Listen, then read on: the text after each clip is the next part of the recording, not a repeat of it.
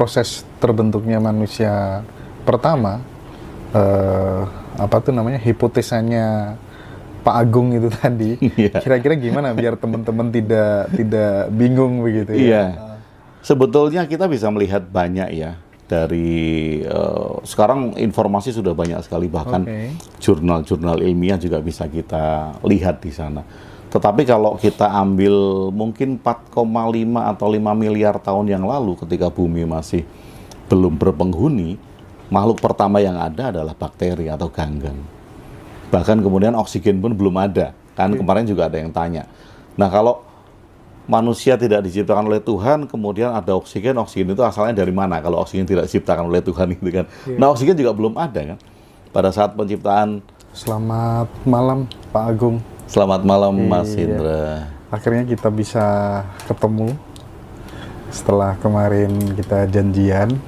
Saya termasuk orang yang mengidolakan pikiran-pikiran Pak Agung. Nama lengkapnya Pak Agung siapa? Nama asli atau nama buku? Cukup dikenal dengan Agung WB, Mas. Agung WB. Agung WB. Ya, Pak Agung ini seorang penulis. Bukunya sudah banyak banget. Kurang lebih ada berapa buku Pak sekarang? Sampai saat ini 40, Mas Indra. 40 buku. Istimewa ya teman-teman. Jadi beliau dulu kerjaannya terbang, kemudian resign, ya tidak tahu kenapa resign. Dan nanti kita akan ngobrol banyak. Tapi saya yang tertarik, yang ingin saya coba gali dari Pak Agung ini terkait dengan tesisnya yang mengungkap bahwa ternyata manusia itu tidak diciptakan oleh Tuhan. Ini berbeda dengan perspektif mainstream, suatu yang mungkin barangkali kalau menurut orang-orang yang sumbu pendek, waduh, parah ini orang, kan mesti begitu kan. Tapi bagi orang yang bernalar kritis, beda lagi ya. Makanya kita ingin coba kasih kesempatan Pak Agung untuk mengeksplor terkait dengan hal ini dulu Pak. Monggo Pak. Oke, Mas Indra, terima kasih. Ya. Salam buat sahabat-sahabat di Ngaji Roso. Ini juga saya senang sekali bisa ketemu dengan Mas Indra. Karena channel Ngaji Roso ini juga channel idola saya. Gitu. Karena banyak hal sudut pandang yang bisa kita lihat dari channel Ngaji Roso. Jadi sahabat-sahabat semuanya kalau melihat sudah pasti mendapat manfaat yang banyak dari berbagai macam sudut pandang di sana. Nah, tadi Mas Indra mengemukakan tentang apa yang pernah saya sebutkan, bahwa manusia tidak diciptakan oleh Tuhan. Nah, memang ini sangat menarik karena pendapat mainstream atau pendapat teologi agama itu pasti akan menyebutkan kalau manusia diciptakan oleh Tuhan. Nah, kenapa kok manusia diciptakan oleh Tuhan? Tentu saja runtutannya banyak gitu. Karena kalau manusia tidak diciptakan oleh Tuhan, terus Tuhan ngapain gitu? Tuhan nggak ada kerjaan gitu. Kalau Tuhan nggak ada kerjaan, Tuhan nganggur. Gitu. Tuhan udah ada kok nganggur gitu.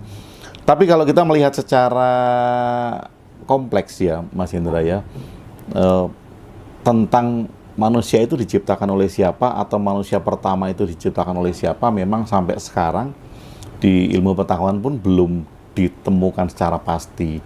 Jadi semuanya masih merupakan hipotesis. Nah, saya mengajak kepada teman-teman itu selalu memisahkan dua ranah ini, Mas Indra. Bahwa kalau tugas peneliti itu ya memang dia meneliti, dia memang digaji, memang dikasih uang untuk meneliti. Manusia itu diciptakan oleh siapa, atau manusia pertama itu muncul dari mana gitu. Ya memang tugasnya dia dapat duit dari situ. Nah, kadang manusia Indonesia ini kemudian mencampur adukkan. Yang bukan saintis itu sok saintis gitu. Kemudian membawa-bawa hasil sains yang memang belum final. Ya memang sebetulnya sains nggak akan final. Sampai kapanpun penelitian itu tidak akan pernah ada ujungnya. Untuk making ya? Iya, karena semuanya akan berkembang, semuanya akan berekspansi. Nah, awalnya dari situ, Mas Indra. Awalnya dari situ. Kenapa kok saya mengatakan bahwa manusia tidak diciptakan oleh Tuhan? Supaya kita sendiri tidak terjebak dengan sebuah konsep yang kemudian kalau sudah pasti, kalau ada orang yang mengatakan pasti manusia diciptakan oleh Tuhan, peneliti nggak ada gunanya. Loh, justru peneliti itu kan berangkat dari hipotesa, Betul, betul. bukan dari kepastian. Kalau ada yang memastikan manusia sudah diciptakan oleh Tuhan, nggak ada penelitian, nggak ada ilmuwan, dan mereka nggak akan bergerak untuk ke arah sana.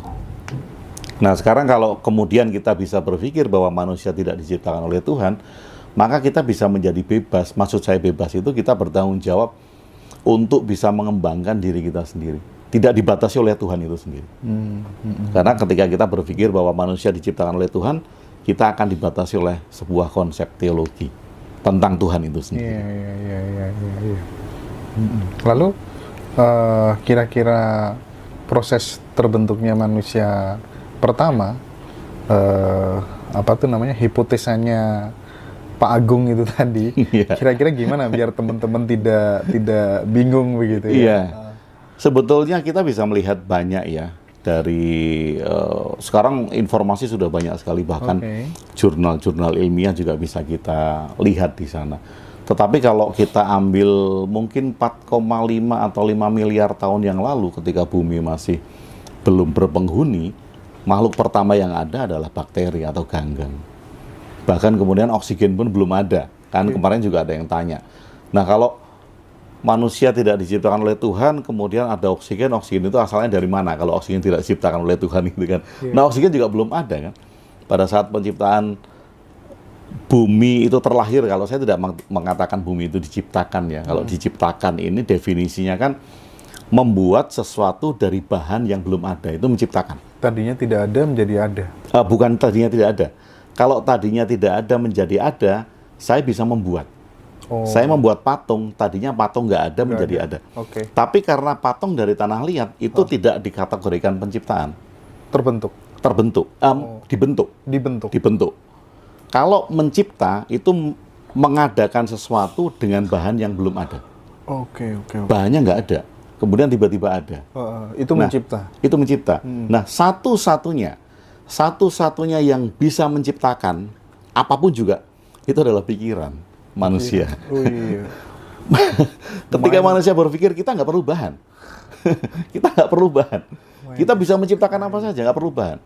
Maka definisi penciptaan, bila kita menciptakan adalah mengadakan sesuatu tanpa bahan yang ada sebelumnya.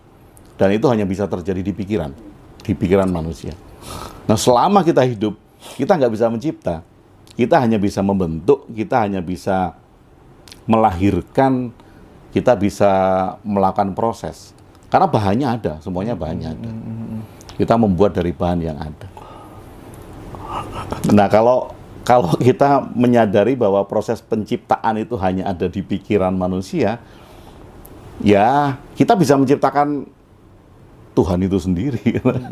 Kita bisa menciptakan Tuhan karena kita bisa menciptakan sesuatu tidak dengan bahan di pikiran. Berarti kalau keberadaan manusia sendiri sebenarnya memang sudah ada unsur-unsur yang ada kemudian di bumi itu, yang kemudian akhirnya manusia terbentuk seiring berjalannya waktu. Iya, kalau kita melihat ada hal-hal secara fakta ya Mas Indra yang bisa kita lihat. Artinya bahwa kita bisa memperdebatkan hal yang bersifat fiksi, tapi kita tidak bisa memperdebatkan hal yang bersifat fakta. Jadi kalau kita masih bisa berdebat, ya hal itu adalah fiksi. Itu masih bisa kita perdebatkan. Tapi fakta nggak bisa kita perdebatkan. Misalnya demikian, misalnya bahwa kita terbentuk dari unsur-unsur mineral, faktanya ada. Kita terbentuk dari unsur-unsur yang unsur itu ada di dalam tanah. Itu ada. Tapi kemudian kalau adanya kita seperti ini kemudian tiba-tiba ada, itu fakta itu belum pernah ada sampai sekarang. Belum pernah ada. Fiksi ya. Itu fiksi. Tapi kalau yang kita lihat, kalau dari awalnya setelah gas panas kemudian memadat, kemudian timbul mengeras, timbul lapisan-lapisan kerak bumi yang akhirnya kita melihat batuan-batuan seperti sekarang, dan makhluk yang pertama ada adalah bakteri atau ganggang alga, di mana kemudian dari hasil fotosintesis bakteri itu menghasilkan oksigen, dan oksigen makin banyak, otomatis kalau oksigen makin banyak, kemudian dia akan menciptakan kehidupan yang kecil-kecil, melahirkan kehidupan yang kecil-kecil. Nah, dari kehidupan yang kecil-kecil itulah tidak tertutup kemungkinan terjadi evolusi yang sedemikian panjang.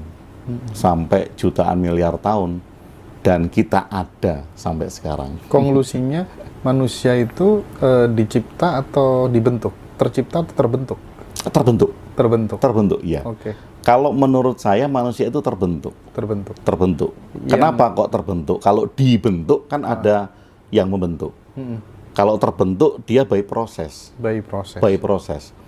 Dengan adanya fotosintesis, dengan adanya bahan-bahan kimia yang saling menyatu, kemudian sedikit demi sedikit membentuk kita apa adanya seperti sekarang ini. Toh kalau kemudian teman-teman pernah melihat anatomi tubuh manusia, kalau kita dibedah semuanya, daging kita dihilangkan, tulang kita dihilangkan, kita itu hanya serabut dari ujung tulang, ujung otak belakang sampai tulang ekor. Sama seperti kaki seribu. Kaki seribu yang hidup gitu, kaki seribu yang hidup, karena hanya itu saja.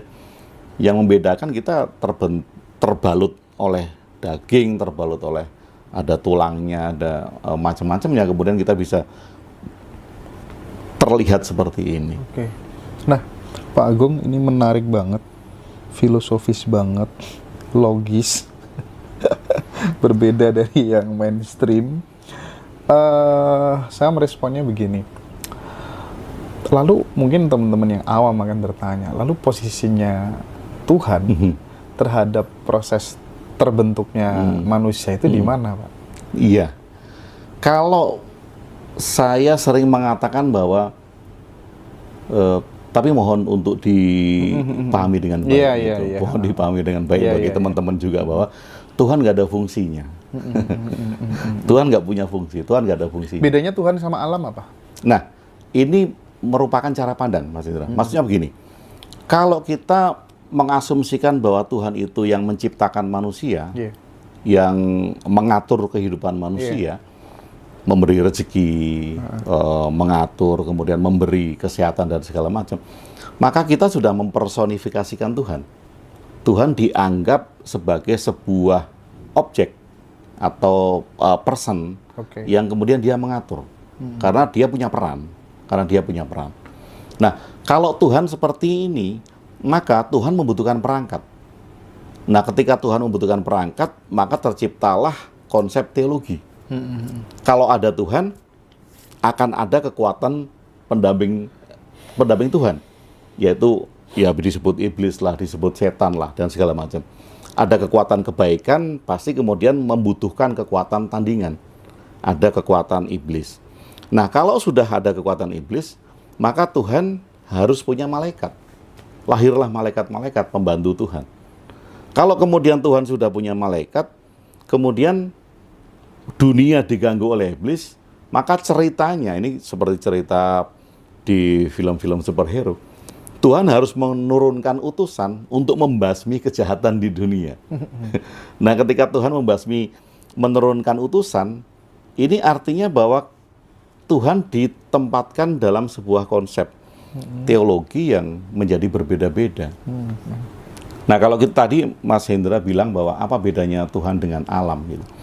Nah, kalau kita melihat alam semesta atau keberadaan, eksistensi ini, keberadaan, ini adalah satu-satunya yang nyata. Kita hidup di dalam sebuah keberadaan yang nyata. Kita hidup dari mineral yang nyata, dari protein yang nyata. Kita menghirup oksigen yang nyata. Kita hidup di satu buah keberadaan yang nyata. Nah, kita bisa menyebut keberadaan itu sebagai Tuhan, sebagai simbol Tuhan. Tetapi tidak kita dudukkan dalam sebuah konsep teologi. Kalau kita mendudukkan Tuhan itu menjadi sebuah konsep teologi, Tuhan itu harus disembah. Nah, dalam persembahan kemudian timbul peribadatan. Dalam peribadatan timbul ritual. Dalam ritual kemudian timbul peraturan.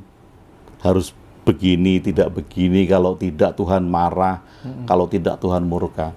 Karena Tuhan kita dudukkan menjadi sebuah simbol atau duduk dalam konsep teologi. Tapi kalau Mas Indra tadi sebutkan, lalu bagaimana dengan alam? Gitu? Kita bisa menyebut alam itu Tuhan. Tapi kita tidak menyembah alam. Kita tidak beribadat untuk alam. Karena itu Tuhan ya hanya Tuhan saja tanpa konsep teologi.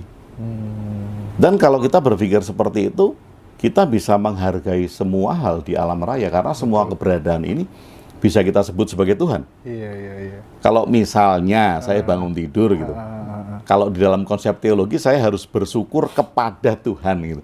Kepadanya itu karena Tuhan yang memberikan saya hidup. Dia sosok memberikan saya rezeki dan segala macam.